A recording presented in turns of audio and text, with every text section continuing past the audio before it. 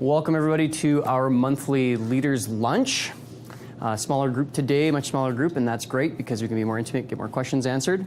I just got back from Hawaii a few days ago and I had an amazing experience in a few ways. One expected, one unexpected, and one of them is related exactly to our topic today, which is delegate your way to freedom. So obviously going to Hawaii is pretty amazing. It was like really boring. It was only 30 Celsius every single day with no clouds. I know, try to feel sorry for me, I know. I actually went to a friend's wedding and I played drums for 6 years. I toured in a band and the groom said, hey, like Tim, will you play a song with the band during the reception? And I thought, okay, I haven't played since like the Western Canadian Music Awards in 2008 when my band broke up like 20 minutes before the show started. So might be a little rusty, but let's go for it. So sure enough, she shows me the set list, and one of the songs is Walk This Way by Aerosmith, and I was super pumped. I was like, oh yeah, I've played that like hundreds of times. I'm happy to play it. And the cool fact is we played the song together, played the drum solo at the end, and it was like super fun. Everybody had a good time, and I found out Sugarman's estate where the wedding was, which is absolutely picturesque, so beautiful. The next door neighbor, like literally who shares the property line with Sugarman's estate, is Steven Tyler, the lead singer of Aerosmith, right? So I mean, the story would be far cooler if he strolled through the bush and was like, hey guys, can I play? You know what I mean? That didn't happen, but still a super fun experience. Yeah, so Hawaii was absolutely beautiful. We were in Maui.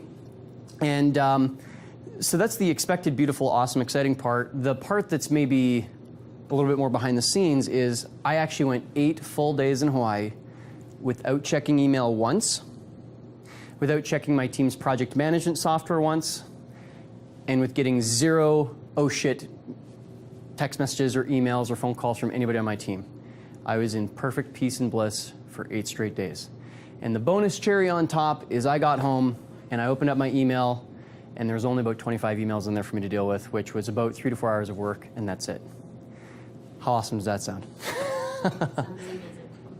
Totally awesome. So this leads us to our topic of today, delegate your way to freedom. For me, I used to think like, oh, it's kind of a good idea to have some team members, and having an assistant is a good idea. It helps me to focus on those tasks only I can do in the business. I've gotten crustier though. I've gotten more rigid and more uncompromising in my opinion. I now think it's basically like, as a business owner, even as a salesperson actually, I think you are patently insane if you do not have an assistant. Now a lot of people think, oh well geez, that's a big expense, maybe it's like $40,000 to $70,000 a year, like I can't handle that expense. You don't have to start at the top of the pay grade, okay? You can hire an assistant for 5 hours a week, $15 an hour, and that is a wonderful place to start. That's where I started, was with an assistant, 5 hours a week, $15 an hour. Stay-at-home mom, she still works for me. Today is literally her 2-year anniversary of working for me. Her name is Sarah. She's in Indiana. She's never even been to Edmonton before, and she is an absolute dream to work with, okay? Now, here's a quick tip about stay-at-home moms is they really like flexibility, right? We've got a couple moms in the room. So that flexibility of not being required to be anywhere 9 to 5 and not having to be in certain places at certain times means that they're more flexible about, they don't command the highest dollar because you're giving them something else that's even more valuable to them, is the opportunity for flexibility. So this isn't necessarily a talk about stay-at-home moms or virtual assistants or anything like that. This is about delegation. And I've really found, and this is, if you write down only one thing today, this is the writer downer, is delegation as we do it in my own company, and how I teach it is something called 360 delegation. And I call it 360 delegation because it's giving your team members everything they need to be able to go and succeed without having to interrupt you 8,500 times to ask you questions, okay? So it's 3 parts. The very first part is vision. It's number 1. And I'll explain a little bit more about that in a moment. So leave yourself a little space to room for those of you that like to organize your notes. The second is resources. Leave yourself a little bit of room. And the third is definition of done. Okay, I'll say that again. Vision, resources, definition of done. So this last week I was in Hawaii, and the week before that I was in Utah. I spoke on a mountain. I was invited to a private group of 100 entrepreneurs that were handpicked from around North America, and I was asked to be on the faculty to speak. When I shared this idea of vision, resources, definition of done, like there was no business in the room smaller than about $500,000, and the biggest business there was actually venture capitalists there that were in, had $10 million businesses. I shared this with a handful of other tools, and a handful of them fell over themselves on this one idea. Because delegation, intellectually we know, hey, it's a really good idea to get people to help us out. In fact, it's probably the only way for us to grow a business, really, is to get the help of others. Sometimes by contracting others altogether, like outsourcing all of your marketing to a marketing company, or by bringing a few people in-house, be it an assistant or other roofers to help you, or whatever it is that your business is, right? A crew, a team. 360 delegation is the difference between your teammates being a huge drag versus a huge help. There's an expression that overhead walks on 2 feet. I'll say that again, overhead walks on 2 feet. So oftentimes one of the biggest expenses we have in business is labor. And labor is a double-edged sword. If you do not do a good job of delegating, they will leave you with all of your work to do plus all this work of managing them. And now you have 2 jobs instead of 1, and you might as well go back to just doing it all yourself because it's double the work. Done properly though, delegating is truly the gateway to be able to climb the 80-20 curve. Climbing the 80-20 curve means getting rid of those kind of like $10 to $100 an hour tasks in your business so that you can focus exclusively on that top 20% of tasks, which is your $500 an hour and up type tasks. And that can only happen, all 100% of tasks are important, right? It's that top 20 though where you're really making the big money, okay? And really making the big impact on the people that you serve, including your team and your customers and your vendors. So let's talk about vision, resources, definition of done. This is your secret to being able to delegate in a way that your team can run with the ball and not have to bug you all the time, many times per day. So vision, what does vision mean? Vision is being able to say, this is what we want done, and this is when we want it done by. So let's say, for example, that I am looking to have a website built to sell my upcoming 80-20 retreat in Banff, and I need it to be live and ready for me to sell, like to send people to, by Wednesday of next week. Vision. Fair enough? Straightforward. I think vision is one of the easiest to understand. What are we doing and when do we need it done by? Secondly is resources. And when we talk about resources, this is where I'd say this is maybe the trickiest of the 3, but once you get it down, it becomes just second nature. So resources is anything your team needs to be able to complete this particular project or task. So resources could be things like physical materials, so I made sure that Nicole and Winnie today had the booklets that we have for sale at the front desk. That's a resource. I made sure that they also had a sign-in screen for people to be able to register at the front desk. I made sure that they also had a merchant account to be able to process payment through our Square payment system and through our credit card processor. I also made sure that they had login information where needed. These are all resources. Oftentimes, like access, right? So this is some more writer-downers, some examples of resources is access. Do people need keys or login? Access to like FTP software if you're building something online. Your Facebook account if you have somebody managing that for you, your Google AdWords account. Second is like equipment. Do they need vehicles? Do they need hard materials? In my case, it's booklets. Maybe for you, it's like shingles, right? Nails, right? Hammers, like all the tools, the physical tools to get done. Resources in your case could also be something like permits, right? Do we have a permit? Do we have, another is money. Have I given my team the money, the budget that they need to go do their job? A bottleneck that we ran into again and again in my marketing company was my team had to stop me on a regular basis to ask for approval to buy stock images for photos that we were building into people's websites and advertisements. So when I was able to say to my team, you're authorized to spend up to $100 a week or $200 a week to buy all the images that you need, and here's my login information. Guess what? Now they didn't have to stop and ask me. There's a huge expense that gets incurred. It's called the cost of changeover. And every single time you or somebody on your team has to stop what you're doing, change tasks, do something else, stop, change tasks, that cost of changeover is colossal and it's a killer. It is a massive productivity killer, is the cost of changeover. The other massive cost that you really want to keep an eye out for is what's called rework. It's kind of a funny word to say, rework. When you have to build something and then, or somebody else builds something for you and you have to go back and fix it, massive, massive waste of time, energy, and money.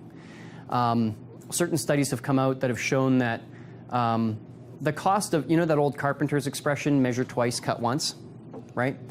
That taking that approach can slow down a team by sometimes anywhere from a few percent to sometimes as much as 40 to 50%. But the cost of rushing and reworking can sometimes be as much as 1,000% expense to fix the mistake that was made in the first place. I get it, sometimes rush jobs need to happen because we just have to hit deadlines and that's the reality of the real world of business, I get it. The more that you can give your team though, clean vision, resource definition is done, and the better that you build that business builder and business owner skill, the more and more that you can cut down rework and cost of changeover, okay?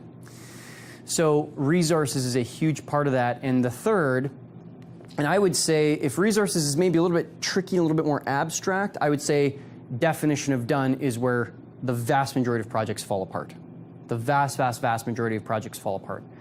If I were to say to everyone here, draw me a car, you know, draw me a sports car, you might all draw me a sports car, and you might all be correct in drawing me a sports car, but I might get an Indy car from one person and a Mustang from another and a Ferrari from another, and I might get a Subaru off-roading WRX Impreza from another, like a rally car from somebody else. They're all sports cars.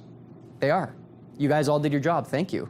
However, I was inaccurate, I was insufficient in my definition of done. What I actually wanted was a drag car, you know, with the big Hoosier tires and, you know, the parachute that comes out of the back to slow you down at the end of the quarter mile. That's actually the kind of race car I wanted. So it's like it's up to me, it's up to us as the leaders to give clear specifications. Another word is acceptance criteria or definition of done. And when you can give in clear detail what you're looking for, you're doing everybody a world of good. So I'll give you an example. Again, using that website example, I could say to my team, I'm looking to have, you know, so the vision was, I'm looking for a website to be created to sell our Banff retreat. I'd like it to be done by Wednesday of next week. Vision. Resources. Here's the login information for FTP. Here's the login information for WordPress. Here's my, I'm going to last pass you my login information for the stock image for iStockPhoto.com. I'm authorizing up to 30 hours of work, and you're allowed to reach out to this copywriter, this designer, to help you with getting the work done. Okay, great, resources. Definition of done would be something like, above the fold, I would like our 1-800 number to appear in the top right corner. I'd like our standard nav bar from our main website, profitfactory.com, to appear. I would like a big picture of the Banff Springs Hotel to appear in the main part of the image. I'd like the headline to read, your business dreams are within reach. And I would like the copy that I've acquired from this copywriter to appear throughout the body. I would like the look and feel of the website to meet the style guide that I've given you for the poster that we created. And the pricing of the buy now buttons should be $5,000 for a main ticket, $2,000, or I guess $1,997 for the bring a friend ticket. Early bird is $34.97 and $14.97. Go. That is a far clearer definition of done. And now my team has something crisp and clear to run with. Now, a question that you may not be asking yet, but you will be asking is, well, Tim, that's great that you know exactly what you're doing for this particular project, but what happens if we're building something for the first time ever? Like maybe for you, because you guys don't own marketing companies, maybe you don't have that clear definition of done if you're getting a website built. So what would you do? Well, this is where we use something called user stories. So this is where we would use this formula. So this is another writer-downer. X as an X, I'd like to Y so that I can Z or Z. Okay, so as a visitor to the website, right? Remember, this is the 80-20 retreat in Banff. As a visitor to the website, I'd like to be able to see the dates without having to scroll anywhere so that I can make a quick decision of if this event fits into my calendar. As a visitor to the website, I'd like to be able to buy tickets within 2 clicks so that I can quickly make my purchase without having to read all the sales material. Then maybe for me as the business owner, I would like, as the owner of this event, I would like to be able to quickly see my sales of how many tickets we've sold so that I can adjust the intensity of our marketing up or down, right? Another kind of version of a user story would be to use guidelines and to say to the marketing company, here's some guidelines of what I'm looking for. So a good marketing company will have you complete what's called a design brief, right? And in that design brief, you can say, well, I'd like it to be more modern versus traditional, masculine versus feminine, right? And you can give guidelines as to what you're looking for. One of the expressions that we've developed inside of my marketing company, Tim Francis Marketing, and also my consulting company, Profit Factory, is we always want to get to know as soon as possible. As funny as that sounds, it's like we want to get to know as soon as possible.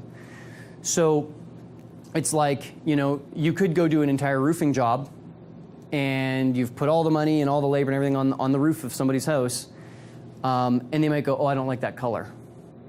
We've got a problem, right? Whereas if you can show them a sample of the color and maybe take a picture of their house and use Photoshop to show the approximate color of the roof or something like that, I mean, I'm not in roofing, so maybe that's a bad example. Now all of a sudden, somebody can say no before they even sign the contract.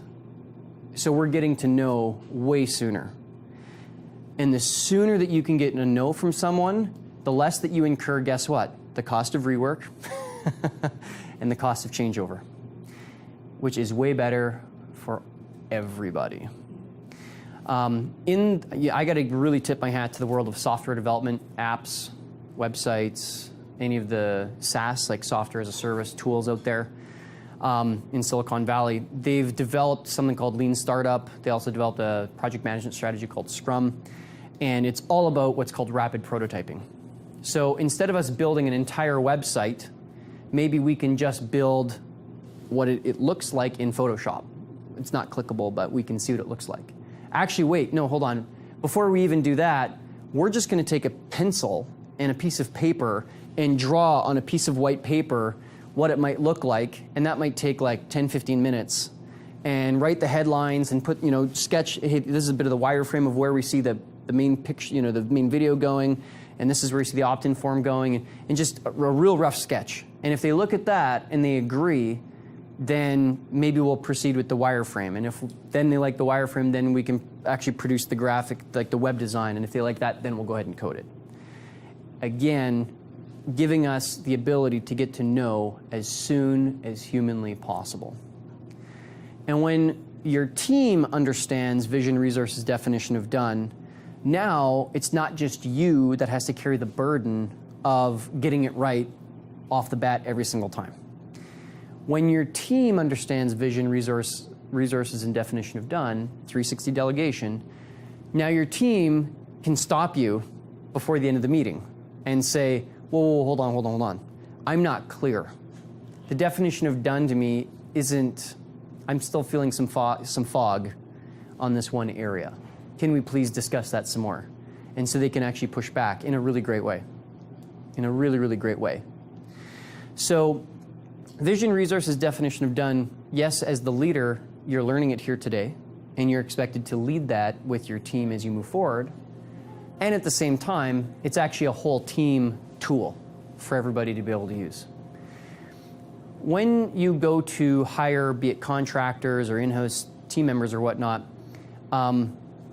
if they aren't already better than you at what it is that you're hiring them for, soon they will be, right? Like I'm on the very best day, I'm okay at graphic design. If I'm gonna go hire someone, am I gonna hire someone as good or worse than me? No, absolutely not. I'm gonna go hire someone who's better than me, right?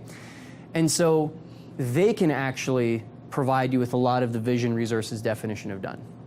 right? So when I say to my graphic designer, hey, I'd like to create this poster promoting our 80/20 retreat in Banff. This is what I'd like to see, and I give them the 3 elements. He's actually stopped me before and said, oh, well, what DPI of images do you want? And I was like, what? He said, yeah, because when we go to print this, the Fairmont logo in the bottom corner is going to look fuzzy if it's not at least, I think he said 300 DPI. And I was like, oh, okay. So then I realized that I was giving him resources, but the resources weren't good enough. So if you have a real spirit of openness with your team, when you give them the 360 delegation and say, what am I missing here? Especially if they're as good or better than you at what they, what the project is or the task, they can push back and ask you for additional clarity. And I know sometimes as leaders we feel like, oh, I have to have it all figured out, and I have to know, like, I have to be the expert, I have to be the best.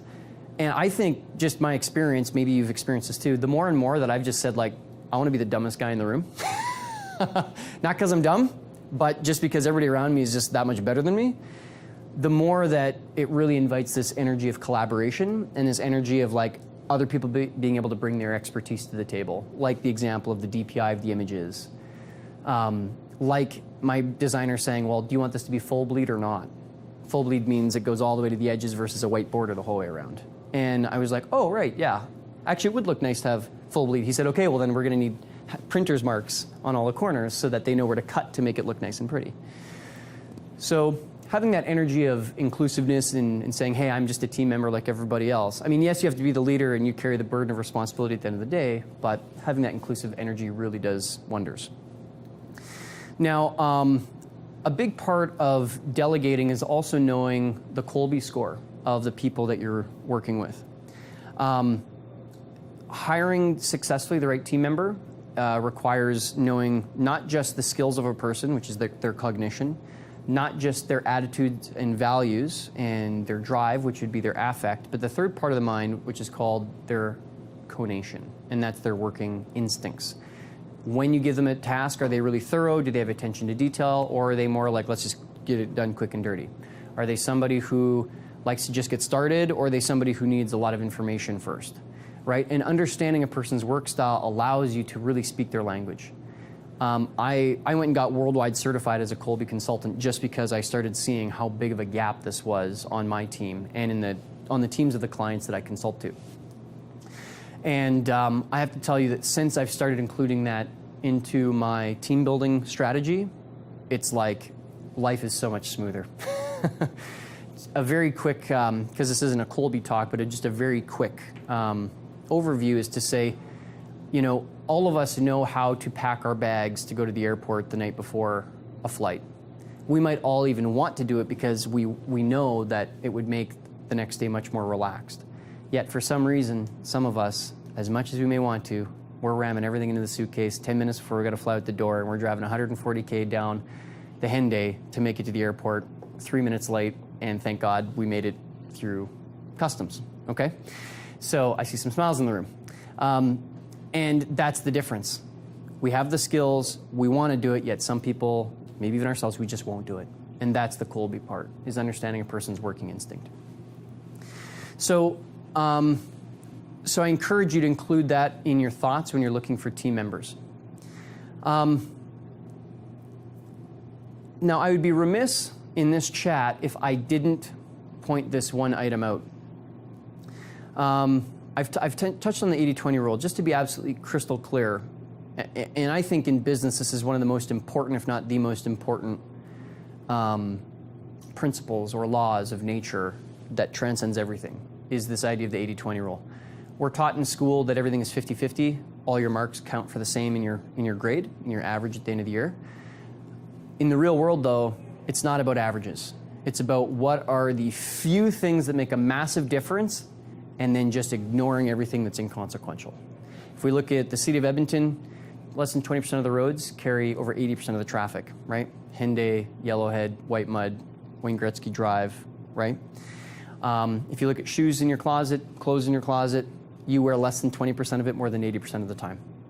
This is everywhere. If you have a team, you have a few team members that are way faster roofers, and everybody else is only so-so, okay? Customers, less than 20% give you 80% of your grief.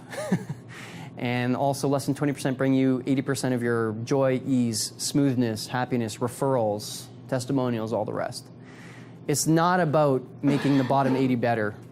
Business is about making the top 20 stronger and doubling down on the top 20 over and over and over and over and over and over and over again.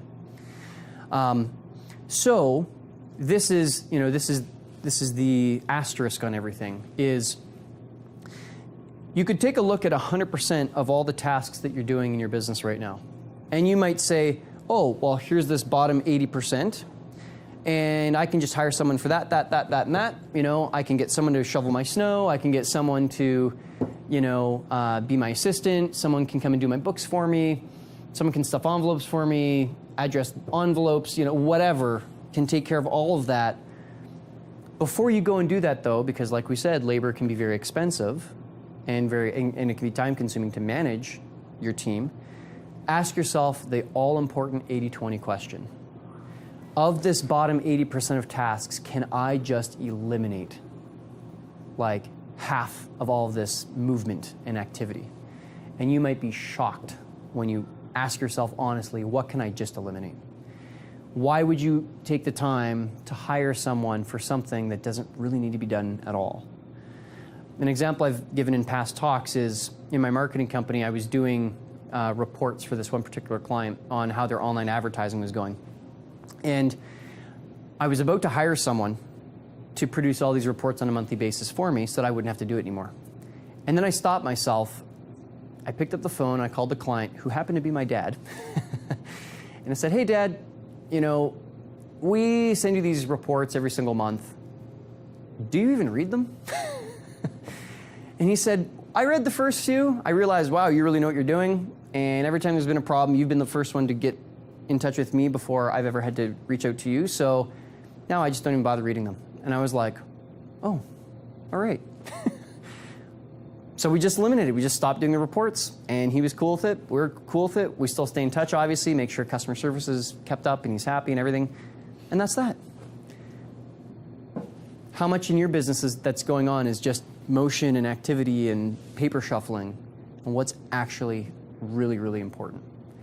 There's something called zero-based accounting. And zero-based accounting, it's like, rather than saying, oh, well, last year the budget was 100 grand for this one part of the business, so we're just going to carry it over and see how we're going to spend it again. Zero-based accounting is a little bit slower, takes a little more time up front, but it forces every item to carry its own weight. It has to earn its position in the next year's budget. There's no just assumption of carrying it over. I encourage you to take a look at not only the tasks in your business, but also look at your calendar. Is there people that you're getting together with, personally or in business, that it's a 7 out of 10, So if you look at your calendar, and you look at all the commitments that you've made, be it with friends, be it with clients, business partners, people who just want to take you to coffee so you can get to know each other better. That, to me, I think is the biggest load of bullshit ever. Ask yourself, are there appointments in my calendar that I only really feel 7 out of 10 about? At the event I spoke at in Utah, the room was filled. Like I said, the smallest business there was about $500,000, and the biggest is about $10 million. How many of those businesses could hire me at my highest temporary COO rate of $10,000 a month versus going to just an everyday meetup? If I just walked if I went into meetup.com and just said small business owners unite, I'm going to go to that. How many of those companies could really hire me at $10,000 a month? Almost none. Absolutely almost none. People who own $10 million companies oftentimes aren't saying oh, I really just, I'm looking for another meeting to go to. I want to go to meetup.com and find something to go to, okay? So it probably makes sense for me to find an event like what I spoke at on the mountain in Utah and double down. For that event, I literally got an entire new website built to upgrade to make my website New York ready. so that I would look like I was at the class of all other consultants that offer the kind of caliber of what I offer. And it makes way more sense for me to cancel all the 7 out of 10 meetings in my appointments, in my appointment book, if it means I can double down on being ready and having the best presentation materials, the crispest talk, the most professional looking possible website with all the logos of the places I've spoken, like NYU and University of Alberta and all these different places I've spoken, to be ready for that moment.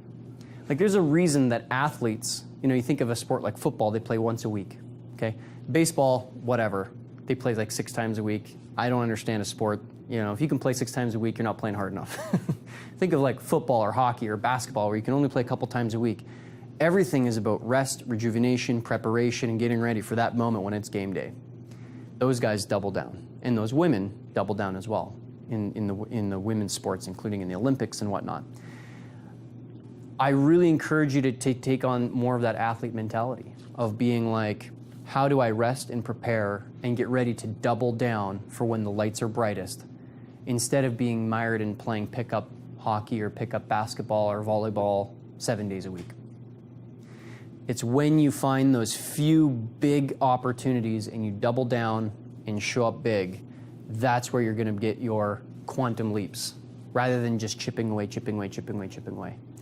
As entrepreneurs, when we first started our companies, the winning strategy was what I call the brute force method.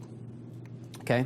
In the very beginning, it's just ourselves. And so you might be the one to like find the client and give them a quote and sell them and collect their money and process their payment and then go climb up on the roof and hammer in all the shingles.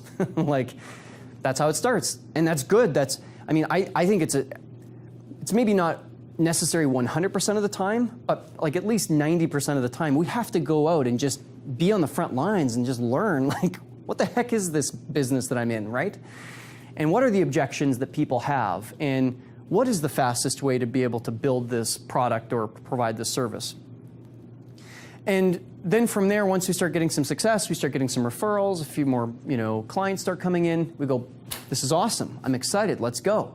And so then we work a little longer. Maybe instead of taking weekends off, we only take Sundays off. And we just continue to muscle our way through to be able to get more customers, more clients, make more money. That's great.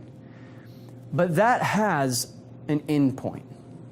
You can only take that strategy so far because there are only 164 hours in a week. And yes, you do need to sleep a little bit from time to time. And what do you do when you hit that ceiling? Well, you've got a few choices. Number one, you can just get a little bit smaller and just kind of be cool with whatever that revenue and income and profit level is, and that's fine. That is absolutely an option. Another option is, without getting any bigger, you could start just cutting out the bottom 20% of your clients who pay you the least, or the bottom 20% of the kinds of jobs that don't make you a lot of money.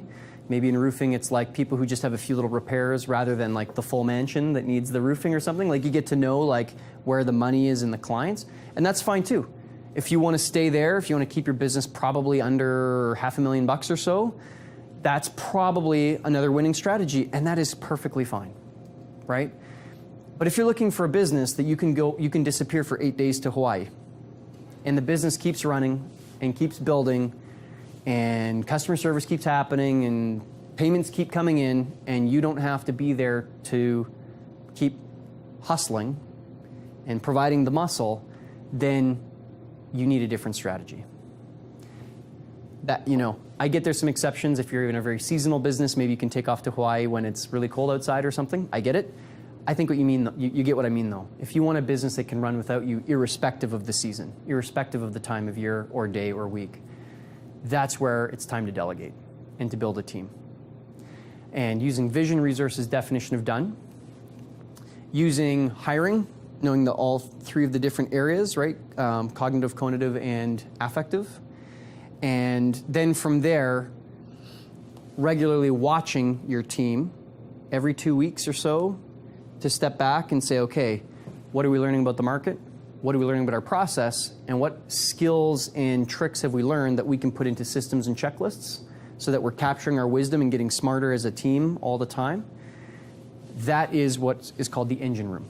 And that's a method and a strategy that I've developed. And that's actually what I spoke about in Utah to this group of high-end business owners. So that's the crux of what I wanted to share today. That is a big part of what it means to delegate your way to freedom. I do offer consulting services, but I don't have any spots open right now. So I wish I could offer that to you, but I don't, or I can't. You'd have to be waitlisted at this point. I have something called Builders Club. If you want to participate, if you want to ask me questions more often, it's a private Facebook group. It's $100 a month. It's not very expensive to be a part of. And then I also have this retreat coming up in Banff. And I'm also here for the next kind of half hour if you have questions. So I've shared a lot of information, really rapid fire, and I hope you felt that it was action-packed. If you have any questions, I'm happy to answer them right now. Yes, I do have a question. So you had mentioned somewhere like X, something Y, and I kind of missed that. Perfect. Right. So I was talking about definition of done. So in your notes, you can put it by definition of done. How can you tell on my Colby score I'm a high follow-through? I like things organized, right? So when we're building something new that we've never built before and we don't have a clear definition of done, we use something called a user story. And the formula that you use to write out a user story is, as an X, I'd like to Y so that I can Z or Z. An example of that would be, as a prospective buyer of the 80/20 retreat happening in Banff, I'd like to be able to see the dates and price in under 30 seconds from arriving on the website so that I can make a quick decision to see if I have the time and money to attend. So I'd say user stories is for like the most vague, abstract. The other end of the spectrum is when you know exactly what you want, like what I described, like I want the 1-800 number in the top right corner, on the left side, or spanning the top, I want a picture of the Banff Springs Hotel. Like that's really what you want. And the tool in the middle is what's called guidelines. So there's kind of like a continuum. Guidelines would be like, you know, I'm not sure exactly what I want, but I know that I want it to be a more modern design. I want it to be, you know, if I'm getting a logo made, I want it to look kind of like the Coca-Cola logo, and that kind of like timeless kind of scripty stylized font. So, and it's not like you have to pick one or the other, like features versus guidelines versus user stories. You can have a mix of all three, okay? Just whatever is gonna get the point across. At the end of the day, everything that I teach, everything I do in my business, and everything that I consult to people on, like, if something I suggest just doesn't make sense for your business, just don't do it. Like, this is about what works. This is about boots on the ground, front lines, like what is going to work in your business. If I suggest something and you're like, I like the first, third, and fifth thing that you said, I don't care about the second, fourth, or sixth, great. I'm glad I could help you with the 1, 3, and 5. I'm not upset if you skip 2, 4, and 6, right? It's about what works. Let's be very practical about this. Okay. Any other questions? Yeah. Like when you delegate, like, because me is like a labor job, so there's a lot of forget. How you can manage the mistake you don't see, like when you want to delegate like to somebody, but like you're not sure like you're gonna do the job. You do the job right, but not in the way you like. Right. How do you manage that? Like, right. Because like you both work different and have different matters to do. Right. Some is good another point. Like how do you deal with that? Right. So for the sake of the recording, I'll repeat the question, just that the lapel mic picks it up. Yeah, no, that's good. That's good. I don't have an audience mic, so it's up to me to carry that torch. So the question was, how do you handle the situation when you have a team member that you want to delegate to, but they do things differently than you? Yeah. That's the question? Yeah, that's the question. Perfect. So part of it is a mindset, okay? And the other is a strategy, and I'll give you both, okay? So first of all, what I often say is be firm in the outcome and be flexible in the path or the journey, okay? So, you Yep, absolutely. So if I say I need shingles to be lined up, it needs to be straight. They need to be within 1 inch of each other, or whatever the amount is. They need to be exactly 1 inch apart the whole way across. And across the peak, I need there to be like a cap that goes the whole way across. I need there to be no edges hanging over the edge, like we need to cut so that it's nice and clean on the edges of the roof. And I need to see less than 5% waste. Okay? That is my definition of done. Yeah. Right? So vision, resources, definition. The third thing is definition of done. If someone can give me that, I don't care how they get there. Yeah. Right? Now, obviously, I need to make sure that they're Because, being... like, sorry, cut you. It's like, yeah, that's the thing. But like for the marketing, because like when you do a roof, like you come from the house to do your marketing, and the people do the roof. They create your marketing too. Right. So it's like, for example, we pour tarp like on the front of the house, but some roofer like we don't do that because like the sort of like is useless. Right. So, but like it's marketing because other roofer, like, other house see that, it's like, oh, Right. if I have flowers, they're gonna protect that, and I'm gonna have like sand shit on my bed, on my flower or something like that. Right. Right. Like how it's like that's the thing I'm talking about. Right. Yeah. Right. It's like, So. you do the job right, but like marketing is not there at all. Right. Yeah. So you're talking about like, you know, you're saying, hey, part of it is the specifications of how I want the job done, but there's a lot of other Okay. elements outside of the job, right? Like we want to make sure that we cover up the flowers so that we don't squish them. We want to make sure the house looks really good the whole time that we're working on it so that when people drive by, they can see the house and say, that looks really good, I'm going to call that company. Yeah. Right, you want to have like a sign in the front that says, another job proudly done by ABC Roofing, Yeah. right? Absolutely. So mindset is Like it's like is to be firm on the outcome and flexible on the journey. And the strategy, right, because I told you I'd give you both, the strategy is every job that you do, you're going to refine exactly what it is that you want done. Okay? So you might say to your team, the way that other roofing companies do it is how other roofing companies do it. But the way that we do it here is the very first thing we do is we put a sign on the front lawn. Step one. And you have to train your team to do that. They won't do it unless you tell them and you teach them and you hold them accountable to it, right? Then you say step two, before we take anything off the truck, is we're going to take a big drop cloth and we're going to put it over the flowers to make sure that the flowers are protected. That is step two. That is how we do things here at ABC Roofing. Step number three, we talk to the client and we make sure that all their vehicles get moved into the garage or onto the street so that we don't drop anything on the vehicles by accident. So it's up to you to have that clear vision of how you want things to happen. And as I was talking about the engine room, I talked about hiring the right people, giving them clear vision, resources, definition of done, and then the third thing is to adapt, or to say, what have we learned about our process and how do we capture that into systems and checklists so that every team member does this the right way every time.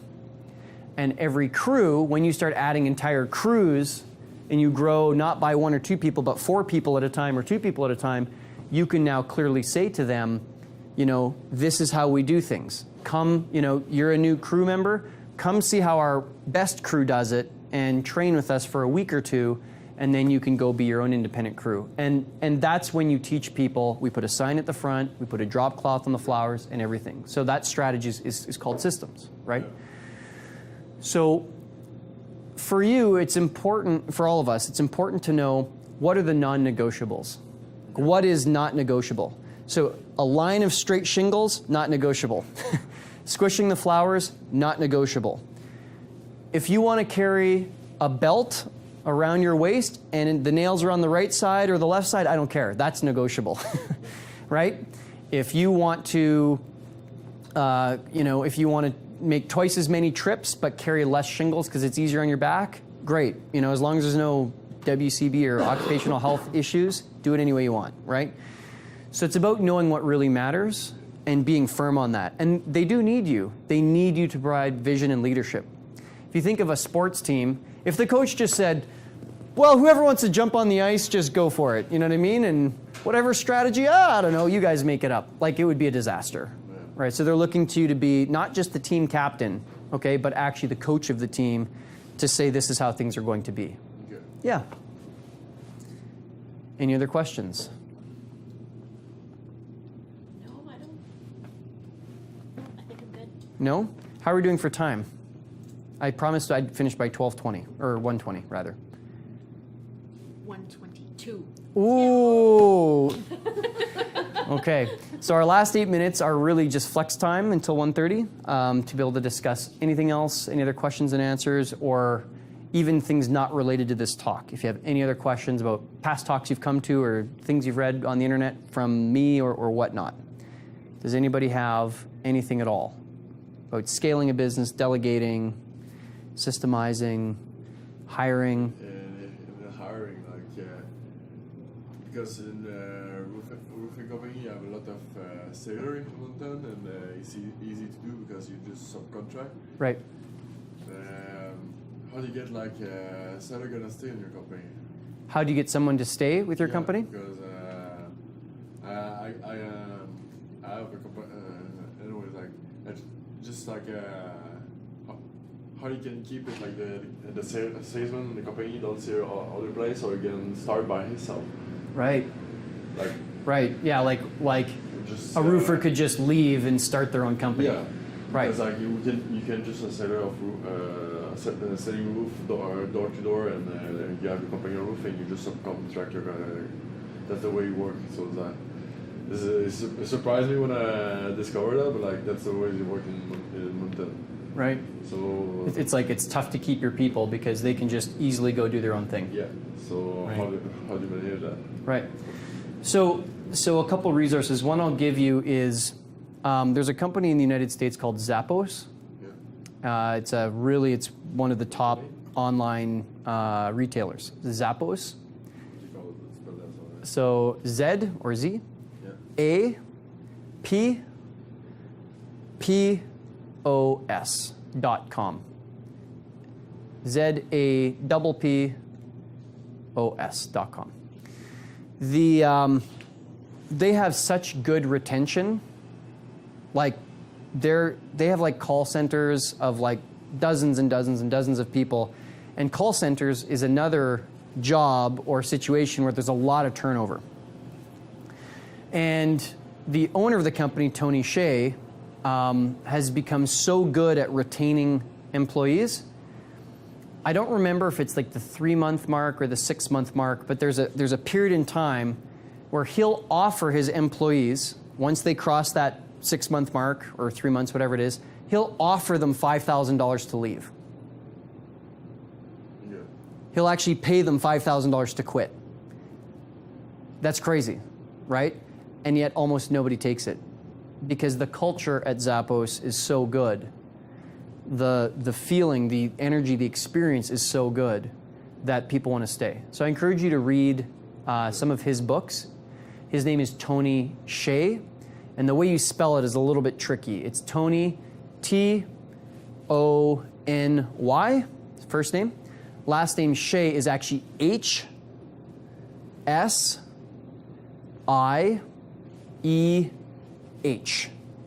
So again, it's first letter is H, S, I.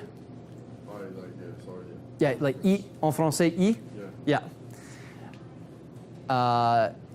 H-S-I-E. We're getting to the same. Yeah, and then H at the end. Tony Shea. He's got some awesome stuff about culture. In business and marketing, we oftentimes say, What's my unique selling proposition? What makes me different and superior to all the other roofing companies or all my other competitors? And we think about that in terms of how we appear to clients and prospective clients. I would say the same thing is true when we think about internally and we think about our staff. So what makes your company behind the scenes for your employees, what makes your company different and better than if they were to go it on their own or work for a different roofing company? And sometimes it's the simplest things. Sometimes it's something like, I will give you your birthday off, like vacation, with pay. Sometimes it's I will give you benefits. Sometimes it is I will make sure that you have all the newest equipment. Sometimes it's I'll provide you with a van to be able to go to the work sites and you don't have to have your own roofing vehicle. Right? So like you'd be amazed how many little perks like that can add up.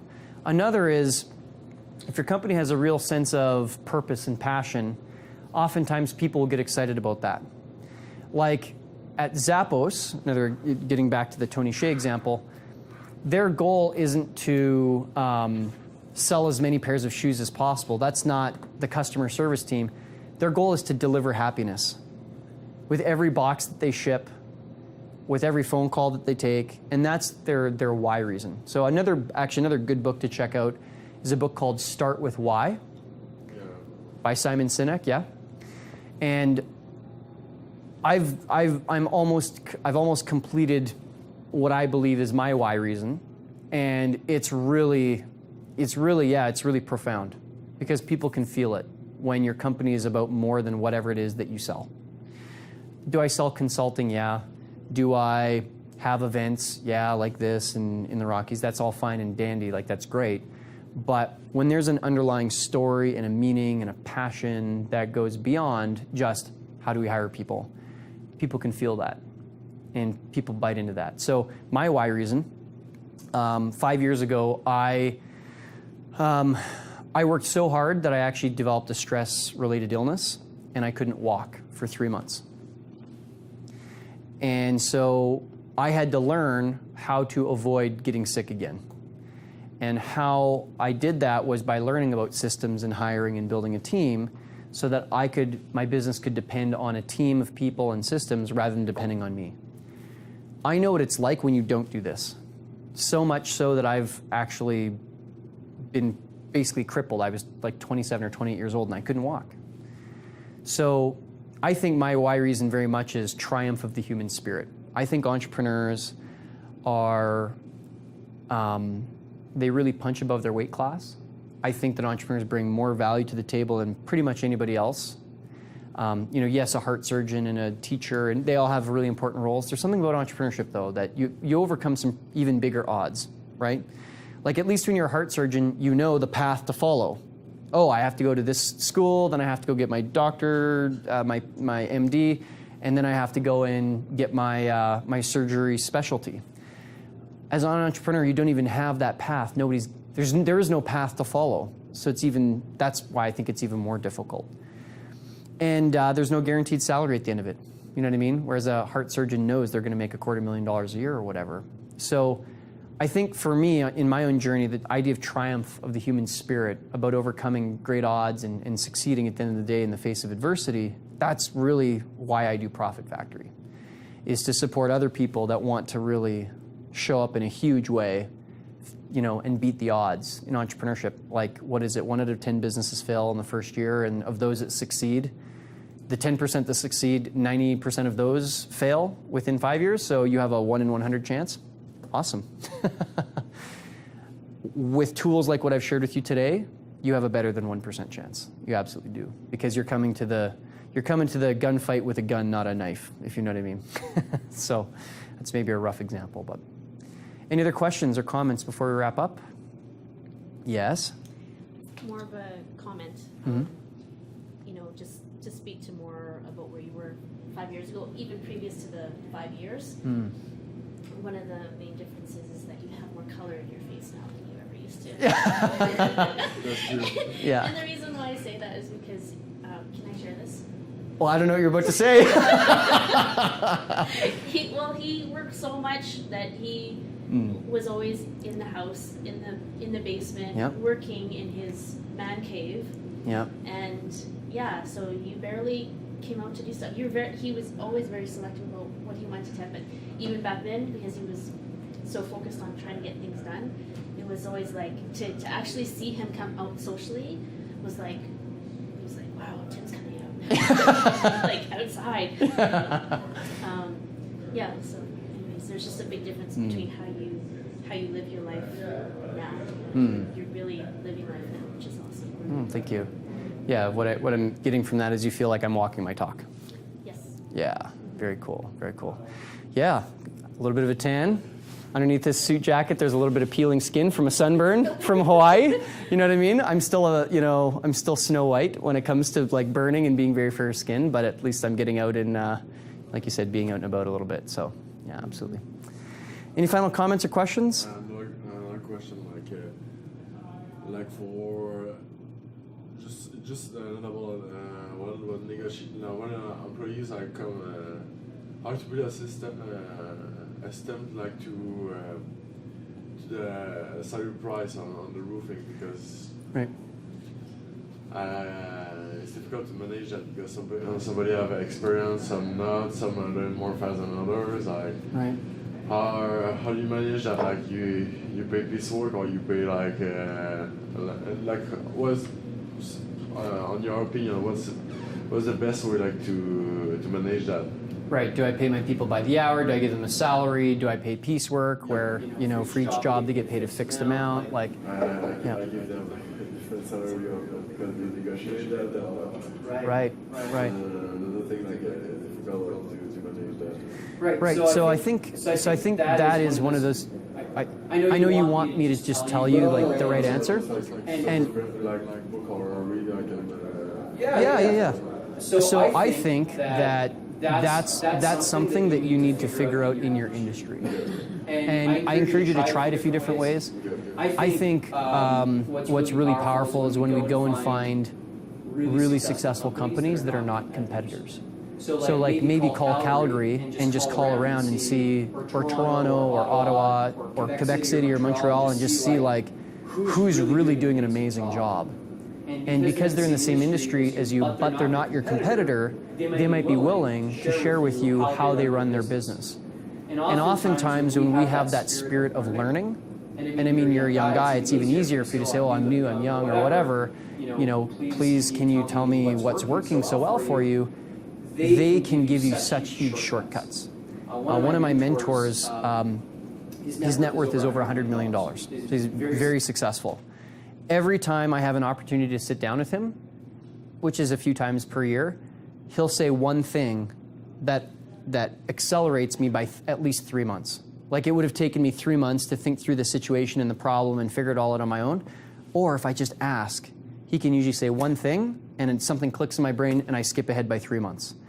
So doing learning and research and looking at what's really, really worked for other people, other companies, especially those that have been around for 20, 30 years and are still continuing to grow and be successful, that's the way I would go, absolutely. Now, part of that's my Colby score. I'm a high fact finder, and so I like to see what's working in other places rather than innovating new ideas. So that works for me. There's not a lot of new ideas under the sun, you know what I mean? Like I said, like I just want your opinion, like something you can research on it. Right. Yeah, I would say go find companies that are really big and successful that are where you want to be, and then I would go ask them for their advice. You'd be surprised how many people will tell you. Like, people love to share, and especially if it's not your competitor, right? Okay. So, all right, well, we need to wrap this up because time is up. I'll be hanging around for a few minutes afterwards if you want to ask other questions. The next event in September like this, it might be the last one that I ever do like this. I've been doing this event for over 2 years, and I'm just getting called more and more and more to the United States to speak there and to do events there. And I can help more and more people if I do things online through my Builders Club. So if not next month, it'll be probably one of the upcoming months will be one of my last events. So hopefully you can come out next month in September. And the events are always posted on profitfactory.com as well as on Meetup. And if you're interested, you can join our Builders Club. It's $100 a month, where we actually get together on a webinar. It's a bunch of, right now there's only 5 or 6 people, but soon there'll be dozens of business owners from around the world that all tune in. 2 webinars a month, a Facebook group where we can ask questions along the way. And if you're really interested in learning the engine room big time, come to Banff, September 29, 30, October 1, 2. It's 4 days. It's a retreat at the Fairmont Banff Springs. And Winnie will be there. And it is, early bird tickets are $2,500 or $3,000 or something, up until I think August 20th. So you've got a few weeks to think about it. And you can learn about that at profitfactory.com. Sorry? I think the early bird tickets are $3,000. Yeah, for the 4 days. It doesn't include accommodations or meals, but it is admission to all 4 days. So yeah. All right, well, let's wrap it up there, friends. Thank you for being here. Your time and energy is your most important commodity, so I appreciate you spending with me today. Thank you very much.